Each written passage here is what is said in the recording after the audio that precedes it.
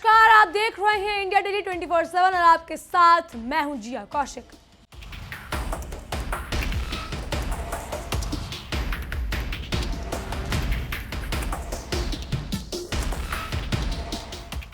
हाथी के दांत खाने कुछ और दिखाने कुछ और। जो अमेरिका कल तक पूरी दुनिया में दादागिरी दिखाता था, आज उसकी हालात उस भीख मांगते भिखारी जैसी हो गई है जिसे अपनी ढलती सत्ता के बचने के लिए दूसरों के आगे हाथ फैलाने पड़ रही। तेहरान के ग्रैंड मौसल्ला में जब ईरान के महान सुप्रीम लीडर अली खामनाई के जनाजे का काफिला निकला तो वहां उमड़े लाखों का सलाब और हवा में लहराते बादल या हवा में लहराते बदले के बादल उस प्रतीक के लाल झंडे इस बात की गवाही दे रहे थे कि अमेरिका ने मधुमक्खी के छत्ते में हाथ डाल दिया है।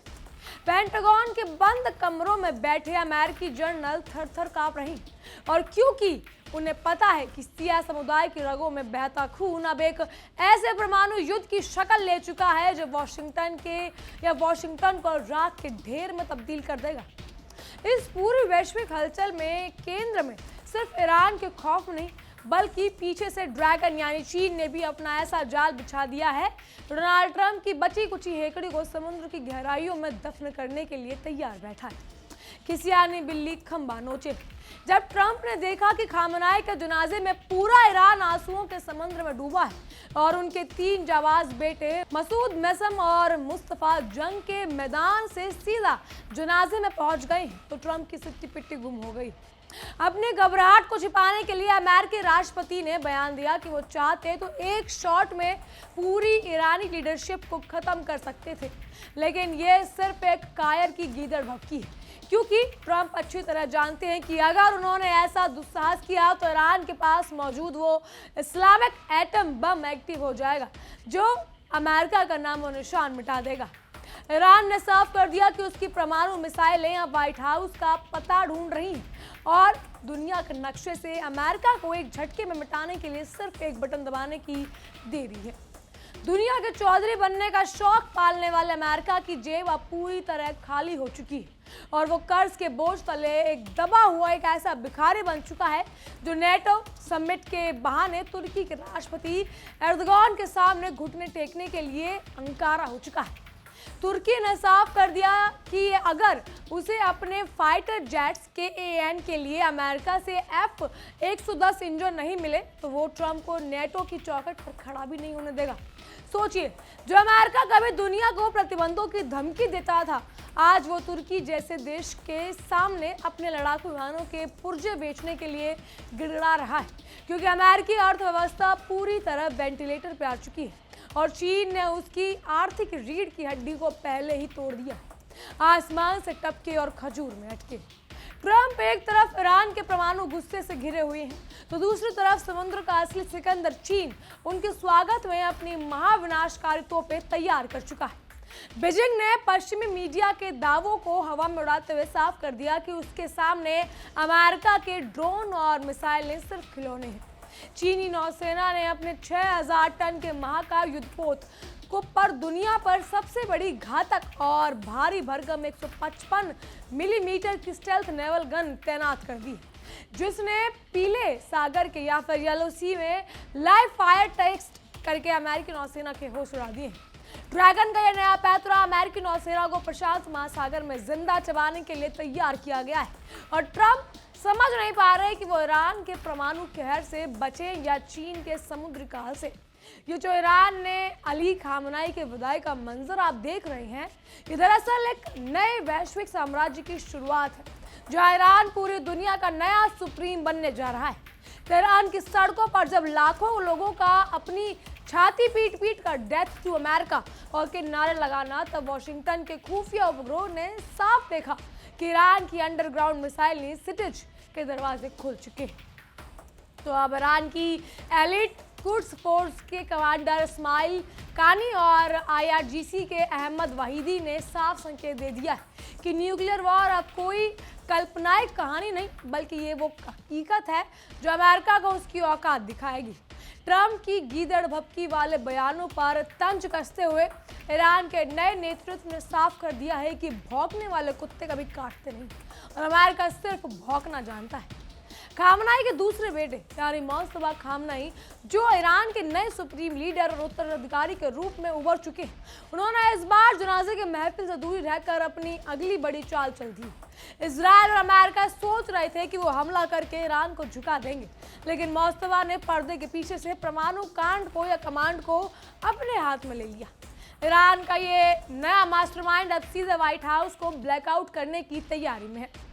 तो अब ईरान के परमाणु बंकरों से खबरें जो आ रही हैं वो छन कर आ रही हैं कि बताती हैं कि ईरान के वैज्ञानिकों ने यूरेनियम संवर्धन यानी एनरिचमेंट को उस स्तर पर पहुंचा दिया है जिसके बाद परमाणु हथियारों की एक पूरी चेन रिएक्शन अमेरिका को भस्म करने के लिए तैयार है। इधर ट्रंप अपनी नेटो समिट की तैयारियों में बिजी है। उधर तुर्की ने साफ कर दिया है कि वो अमेरिका से S-400 मिसाइल डिफेंस सिस्टम वाले विवाद को घास पे नहीं डालने वाला।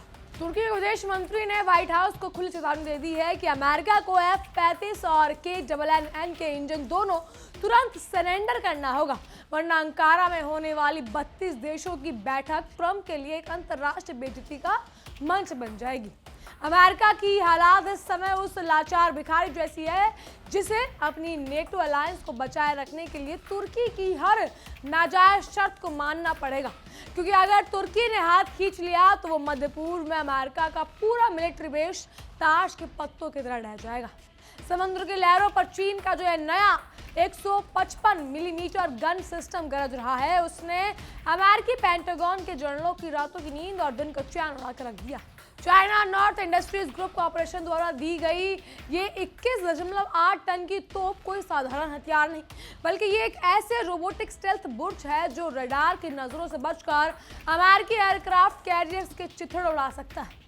जब ये तोप डलायन के तट पर 2 हफ्तों के परीक्षण के बाद वापस लौटी तो चीनी नौसेना के कमांडरों ने दावा किया कि इसकी मारक क्षमता के आगे अमेरिका का पूरा 5th फ्लीट पानी भरता नजर आ रहा है।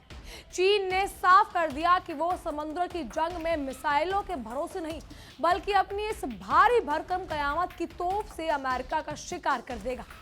बहरहाल इन सब पर देखिए हमारे सहयोगी विवेक शांडल्य की एक खास रिपोर्ट।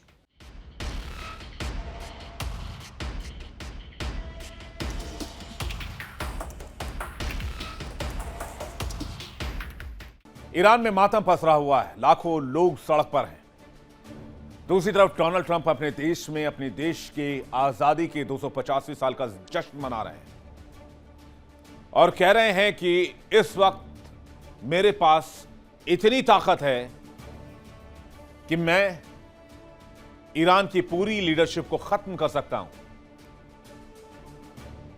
क्योंकि ईरान की पूरी टॉप लीडरशिप इस वक्त एक ही जगह पर जमा है।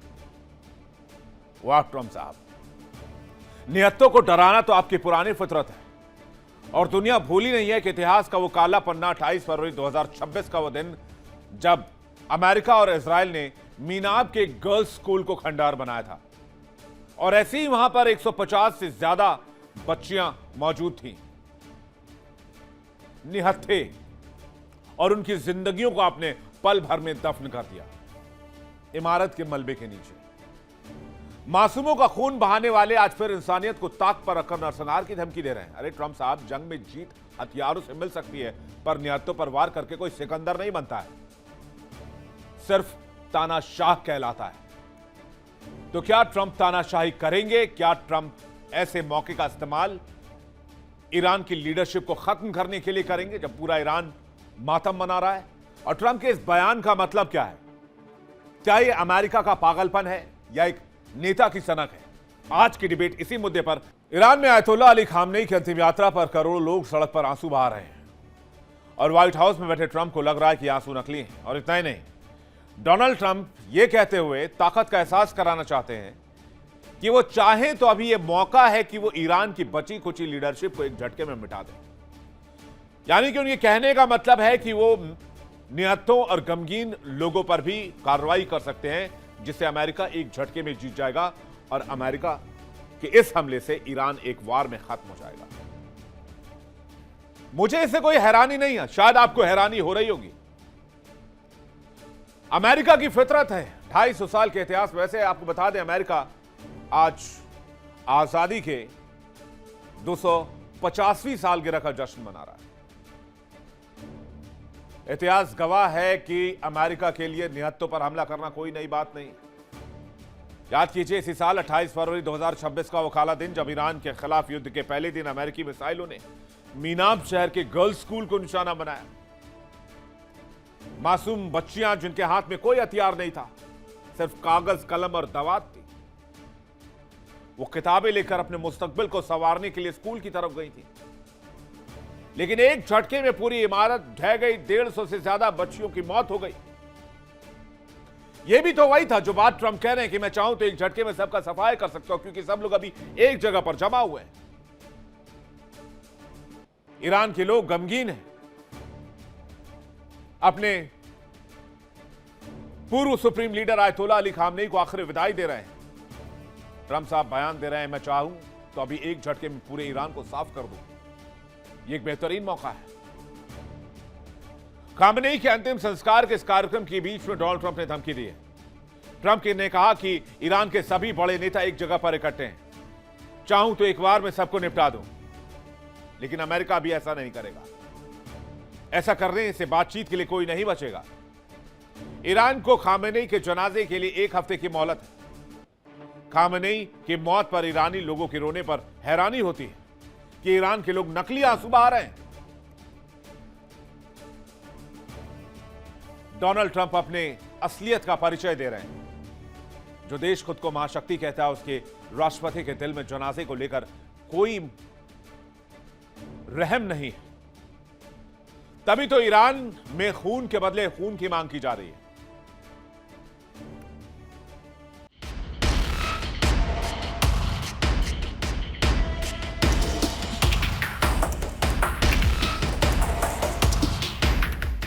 शुक्रिया विवेक। लेकिन अब उल्टा चोर कोतवाल को डांटे। खुद पूरी दुनिया का तेल और संसाधन लूटने वाला अमेरिका अब चीन पर पनामा नहर को हथियार बनाने का आरोप लगा रहा है। ट्रंप ने नॉर्थ डकोटा में थियोडर रूजवेल्ट की लाइब्रेरी के उद्घाटन के दौरान चीन को धमकी दी कि वो पनामा नहर पर बीजिंग का कब्जा नहीं होने देंगे। लेकिन सच तो ये है कि पनामा ने अमेरिका को लात मारकर बाहर कर दिया और अब चीन के साथ मिलकर अरबों डॉलर कमा रहा है। ट्रंप का ये रोना इस बात का सबूत है कि अमेरिका अब वैश्विक व्यापार मार्गों से पूरी तरह बेदखल हो चुका है। चीन ने पनामा नहर के दोनों छोरों पर अब अपने कमर्शियल पोर्ट बनाकर अमेरिका की घेराबंदी इस कदर मजबूत कर दी है कि अब अमेरिकी जहाजों को भी चीन की मर्जी से गुजरना होगा। ट्रंप ने पनामा नहर पर अपनी भड़ास निकालने के लिए पूर्व राष्ट्रपति के एआई अवतार तक का सहारा लिया है। लेकिन उस डिजिटल पुतले के पास भी अमेरिका के इस लाचारी का कोई जवाब नहीं था। ट्रंप चिल्लाते रहे कि पनामा नहर को पनामा को सौंपने का इतिहास सबसे बड़ी बेवकूफ़ी थी, क्योंकि पनामा के टैक्स 4 गुना बढ़ा दिए हैं। लेकिन ट्रंप ये भूल गए हैं कि अब वो 1903 का दौर नहीं है जब अमेरिका अपनी गन बोर्ड डिप्लोमेसी के सबसे छोटे देशों को डराता था।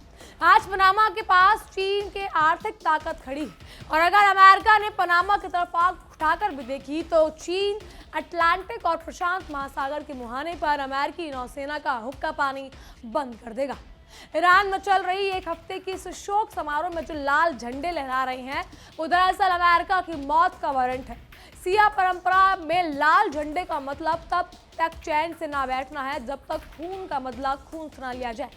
ट्रंप अमेरिकी मीडिया के सामने बैठकर भले ही झूठ बुकसान भर रहे हो, लेकिन अंदर से उनका कलेजा कांप रहा है, क्योंकि तेहरान से लेकर इराक तक जो जनाजे के जुलूस निकल रहे हैं उनमें लाखों लोग कसम खा रहे हैं कि वो अमेरिका को उसकी इस जरूरत का ऐसा सबक सिखाएंगे कि आने वाली नस्लें भी याद रखेंगी।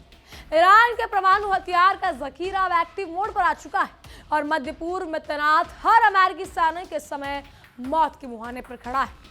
तो फिलहाल चीन और ईरान के इस जुगलबंदी ने अमेरिका को एक ऐसे चक्रव्यूह में फंसा दिया जिससे निकलना अब ट्रंप के बस की बात तो नहीं। चीन जहां एक तरफ अमेरिका को आर्थिक और समुद्री मोर्चे पर पस्त कर रहा है, वहीं ईरान उसे परमाणु युद्ध की सीधी धमकी दे रहा है। ट्रंप को समझ नहीं आ रहा कि वो अपनी डूबती हुई इकोनॉमी को बचाएं, तुर्की के आगे इंजन के लिए हाथ फैलाएं या फिर ईरान के मिसाइल हमलों से अपने ठिकानों की रक्षा करें।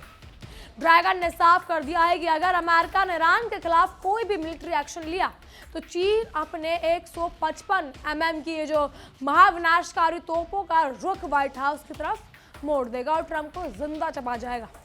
ये महज दो देशों की लड़ाई नहीं, बल्कि ये पश्चिमी साम्राज्य के अंत का वो बिगुल है जो तेहरान के गैर मौसल्ला में बजाया जा रहा है। अमेरिका जो खुद को दुनिया का गॉड फादर समझता था, आज उसकी हालात इतनी पतली हो चुकी है कि वो ईरान के आंसुओं को भी झूठे आंसू बताकर अपने दिल बहला रहा है। ईरान के वरिष्ठ धार्मिक नेता ने जब प्रार्थना सभा में नेतृत्व किया तो उसने केवल खामनाई के लिए नहीं, बल्कि अमेरिकी क्रूरता के खिलाफ पूरे शिया जगत को एक होने का आह्वान किया। ये एकजुटता ही अमेरिका के ताबूत में आखिरी कील साबित होने वाली है। तो आप पछताए हो क्या जब चिड़िया चुग गई खेत? अमेरिका ने खामनाई पर हमला करके सोचा था कि वो ईरान को अनाथ कर देगा, लेकिन उसके एक शेर को जगा दिया जो अब सीधे व्हाइट हाउस का शिकार करेगा। ईरान का परमाणु कार्यक्रम अब उस मुकाम पर है जहां से पीछे हटना नामुमकिन है और उसकी हर एक मिसाइल पर वॉशिंगटन, न्यूयॉर्क और तेल अवीव का नाम लिखा हुआ है। ट्रंप चाहे जितनी भी नेटो समिट कर ले और एआई अवतारों से बात कर ले, हकीकत यही है कि सुपर पावर का टैग अमेरिका के हाथों से छीनकर ईरान और चीन के गठबंधन के पास आ चुका है। इस महायुद्ध के बिसात पर ईरान जहां वजीर बनकर अमेरिका को शह और मात दे रहा है, वहीं चीन उस राजा की तरह बैठा है जिसकी एक इशारे पर अमेरिका की पूरी नौसेना समुद्र में जलकर राख हो जाएगी। डालियन के शिपयार्ड से निकली ये चीन की वो 155 mm की तोप और तेहरान की सड़कों पर उमड़ा जन सैलाब, ये ईरान का जो परमाणु गुस्सा इस बात का साफ ऐलान है कि 21वीं सदी का असली किंग मेकर कौन है। अमेरिका का भीख मांगना और तुर्की के आगे गिड़गिड़ाना, ये सब साबित करता है कि उसकी सल्तनत का सूरज अब हमेशा के लिए डूबने वाला है। आखिर में ये बात तो साफ है कि विनाशकाल विपरीत बुद्धि, अमेरिका ने अपनी बर्बादी का रास्ता खुद चुना है। ईरान को परमाणु शक्ति के रूप में और चीन को समुद्र के बेताज बादशाह के रूप में स्वीकार ना करना ही ट्रंप की सबसे बड़ी भूल साबित होगी। खामनाई के जनाजे से उठी ये चिंगारी बहुत जल्द एक ऐसे वैश्विक परमाणु युद्ध का रूप लेने वाली है जिसमें अमेरिका नाम का एक ये घमंडी भिखारी हमेशा हमेशा के लिए इतिहास के पन्नों में दफन हो जाएगा और दुनिया पर सिर्फ और सिर्फ ईरान और ड्रैगन का परचम लहराएगा। बहरहाल इन सब पर आपकी क्या राय है, हमें कमेंट के जरिए जरूर बताइएगा।